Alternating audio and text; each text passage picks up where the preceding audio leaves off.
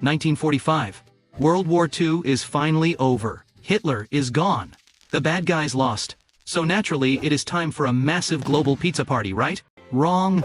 The party was cancelled immediately. Why? Because the winners looked across the table and realized something extremely awkward. At the Yalta conference, the big three leaders smiled for the cameras. But secretly, they barely resisted the urge to strangle each other. Stalin didn't trust the West. He wanted a buffer zone. So he pushed Poland 200 miles to the west, like moving a sofa. They hated each other. In the blue corner, the USA, champions of capitalism, democracy, and the firm belief that money buys happiness. In the red corner, the Soviet Union, champions of communism, dictatorship, and the belief that happiness is mandatory. Or else. Stalin turned Eastern Europe into puppet states. Poland, Hungary, Romania. They were independent on paper, but Stalin held all the strings. Then communist rebels appeared in Greece and Turkey. President Truman panicked, looked at the map and screamed, "The red virus is spreading!" He announced the Marshall Plan, basically saying, "Here is billions of dollars. Please take it and promise not to be communist." Stalin was furious. He forbade his puppet states from taking Western money. He slammed the iron door shut in their faces. Instead, he offered them the Molotov Plan, which was mostly just potatoes, terrible vodka, and a lifetime supply of sadness. The lines were drawn. Winston Churchill declared an iron curtain had descended. Europe was now cut perfectly in half. The West formed NATO. Ideally, a military club where if you punch one of us, you have to fight all of us. The Soviets responded with the Warsaw Pact, which was basically the same thing, but with cooler uniforms and way less freedom. Nowhere was messier than Germany. The Allies sliced the entire country into 4 separate occupation zones like a delicious pie. They even sliced the capital, Berlin, into 4 pieces, even though it was sitting deep inside hostile Soviet territory. Stalin hated West Berlin. It was a shiny island of capitalism, showing off inside his communist backyard. It was embarrassing. So in 1948 he blockaded the city. No food, no coal. He wanted to starve the West until they surrendered. Instead of fighting, the Allies launched the Berlin Airlift. For 11 months, planes landed every 3 minutes with supplies. Stalin realized he looked like a cartoon villain, so he gave up. But the tension in Berlin only got worse. By the 1950s, millions of East Germans were packing their bags and walking into West Berlin to escape the misery. The Soviets said niet. In 1961, they built the Berlin Wall overnight. Families were separated. The escape door was closed. Things got hot at Checkpoint Charlie. Us and Soviet tanks faced each other at close range, engines running, ready to fire. For 16 hours, the world held its breath. One sneeze, one accidental shot, and World War III begins right here. Slowly, inch by inch, they backed away. Crisis averted. But the ugly wall stayed there for another 28 years. It became the ultimate symbol of the Cold War. A concrete scar running straight through the heart of a city. Back in the US, paranoia skyrocketed. Senator McCarthy claimed communist spies were hiding under every rug and inside every office. The Red Scare ruined lives. Artists, teachers, and actors were blacklisted just for having ideas that sounded slightly suspicious. Kids were taught to duck and cover, because a wooden desk will definitely save you from a nuclear fireball. In the USSR, the KGB was actually listening. Humor was dangerous.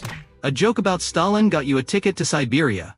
In movies, spies were cool like James Bond, suits and martinis. In reality, it was weird, boring, and terrifying. Real spies used poison-tipped umbrellas and shoes with hidden transmitters. The CIA even tried to put listening devices in cats. Operation Acoustic Kitty. It failed immediately because the cat, well, acted like a cat and got hit by a taxi. Meanwhile, new countries tried to stay out of it. The non-aligned movement, they wanted to be neutral and safe. But neutrality was impossible. The CIA and KGB rushed in to buy friends, overthrow leaders, and install their own puppets. Like in Iran 1953, the CIA overthrew a democratic leader to protect oil interests. They installed the Shah instead. Or in Chile, the US helped install Pinochet. Because apparently a dictator is fine, as long as he is our dictator. It turns out freedom sometimes meant doing exactly what America says, and equality meant doing exactly what Russia says. To feel safe, they needed bigger weapons. The arms race was essentially a contest of Who can blow up the world harder? The Soviets detonated the Tsar Bomba. The shockwave circled the Earth 3 times. It was pure, scientific madness. They built thousands of nukes, enough to kill every human, then kill the ghosts of the humans just to be sure. This created NB, mutually assured destruction. A suicide pact that kept the peace because nobody wanted to die. Since they couldn't fight on Earth, they raced to the stars. Dix 957. Sputnik launches. The Soviets took the lead. Then they sent a dog. Then, Yuri Gagarin became the first human in space. America was losing badly and panicking. President Kennedy said, "We choose to go to the moon, not because it is easy, but because we need to beat the Soviets." 1969. Apollo 11 landed. Neil Armstrong walked on the moon. America planted a flag and finally declared a total victory. Eventually, they even shook hands in space. The one place where they actually got along without pointing guns. On Earth, the rivalry moved to sports. The US boycotted the Moscow Olympics in 1980 to protest the invasion of Afghanistan. The Soviets boycotted the LA Olympics in 1984. It was petty, childish, and totally expected from these two grumpy old men. But nothing beat the miracle on ice. When college kids defeated the Soviet hockey machine, America went absolutely crazy. So, who was winning? Honestly, nobody knew anymore. They were just spending lots of money to look tough. And speaking of money, wars are expensive. Especially endless wars you fight in other people's countries. Korea, 1950. The communist North invaded the South. The US jumped in and pushed them all the way back up. Then China jumped in to save the North, pushing everyone back down again. It was total bloody chaos. Millions died only to end up exactly where they started. A frozen conflict that remains frozen to this very day. Then came Vietnam. America believed in the domino theory. If Vietnam falls, all of Asia falls like dominoes. They panicked. To stop the dominoes from tipping, they sent 500,000 troops into the dense jungle. But they couldn't defeat the guerrilla tactics of the Viet Cong. The jungle had eyes and traps were everywhere. It was the first televised war. Americans saw the horror every night at dinner. Protests exploded across the nation. In 1975, America left. The North won. It was a massive, historic humiliation for the world's superpower. It wasn't just Asia. In Africa, Cuban troops fought South African troops in Angola. The Cold War was literally everywhere. Then, 1979. The Soviets made their own mistake. They invaded Afghanistan. It became known as Russia's Vietnam. The US secretly gave rebels Stinger missiles. The Soviets spent 10 years fighting ghosts in the mountains and losing. The war drained the Soviet economy dry. They were bankrupting themselves just to keep up the fight. Let's rewind a bit to the scariest moment of all. Cuba. Fidel Castro took over and became best friends with the Soviets. Then, in 1962, a US spy plane spotted something terrifying. Soviet nukes in Cuba, just 90 miles away from Florida. JFK had a nightmare choice. Invade and start World War III, or do nothing. He chose a middle path, a naval blockade. For 13 days, the world stood still. People stockpiled canned food, hugged their children, and prayed for peace. Deep underwater, a Soviet submarine thought the war had started. The captain ordered a nuclear torpedo launch. But one man, Vasily Arkhipov, refused to agree. He blocked the launch. He single-handedly saved the world from fire. On the surface, Khrushchev blinked first. He agreed to remove the missiles if the US promised not to invade.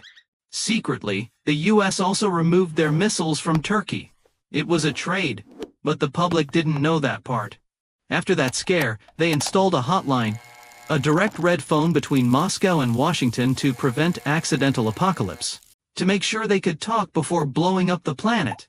Hey, are we nuking each other today? No? Okay, cool. It was a miracle. Humanity survived by the skin of its teeth, avoiding nuclear extinction by a matter of seconds. By the 80s, the Soviet system was rotting. The economy was stagnant. No jeans, no rock music, and barely any food. President Reagan turned up the pressure.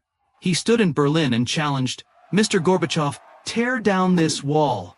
Mikhail Gorbachev tried to save the sinking ship with reforms like glasnost, which means openness and transparency. But giving angry people a voice is dangerous for a dictatorship. They don't just talk, they scream for revolution. Then Chernobyl exploded in 1986. The cover-up failed.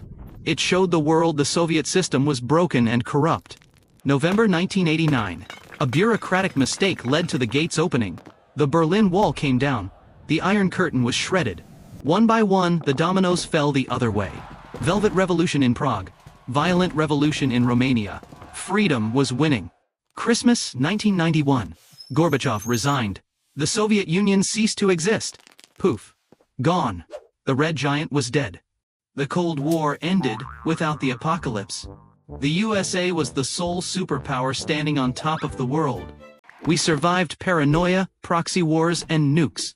Good job, humanity. Subscribe for more history that doesn't kill you.